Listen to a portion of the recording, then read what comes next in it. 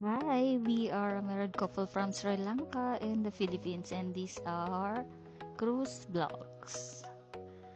So, ituturo ko kayo sa 4 nights and 5 days ng aming cruise experience. And this time, we are already inside the cruise. At papunta na kami sa aming cabin sa mga oras na ito.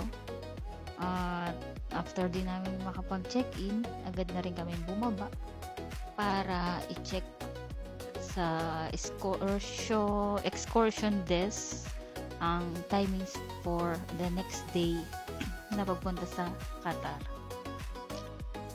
So ayun, ina-assist kami ng mabilis at hindi rin nagtagal ay matapos kami naming makapagpa-reserve for the next day excursion.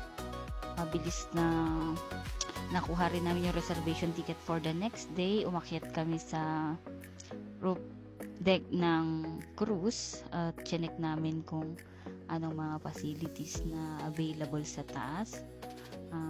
Sa mga oras na ito, it's around past 7 and ang cruise ay nasa Dubai pa rin, hindi pa kami nakakaalis.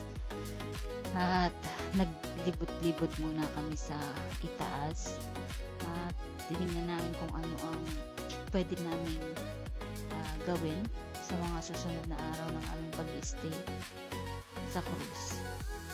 At ayun na, medyo malamig sa mga oras na ito ay tinitingnan lang namin kung ano ang mga nasa kapaligiran. At ito ay kinaumagahan na, maaga kaming nagising at pagdesisyon na namin kumain ng breakfast ng maaga para makapag-prepare kami ng maaga at mabilis para sa excursion sa Doha. Umakyat lang kami sa taas kung saan nandun ang restaurant. Pagpasok namin sa resort ay puno, ang dami-daming tao, kaya medyo nahirapan din kami humanap ng place na pwedeng upuan.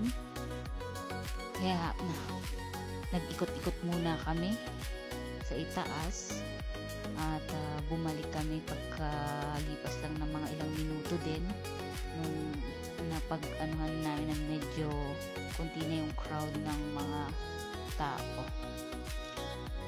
At sa taas na makikitang ang pagsikat ng araw ay napakaganda. At marami ring mga ibang mga cruiser na nag-e-exercise actually. Tapos pabilis na pagkatapos na rin namin nag-breakfast, pupunta kami ng pabalik ng aming cabin. Dumaan muna kami sa arcade ng cruise, which is one level down only. So pagpasok namin sa arcade na ang daming mga claw machine at iba't iba pang mga games na pwedeng laruin sa loob ng cruise.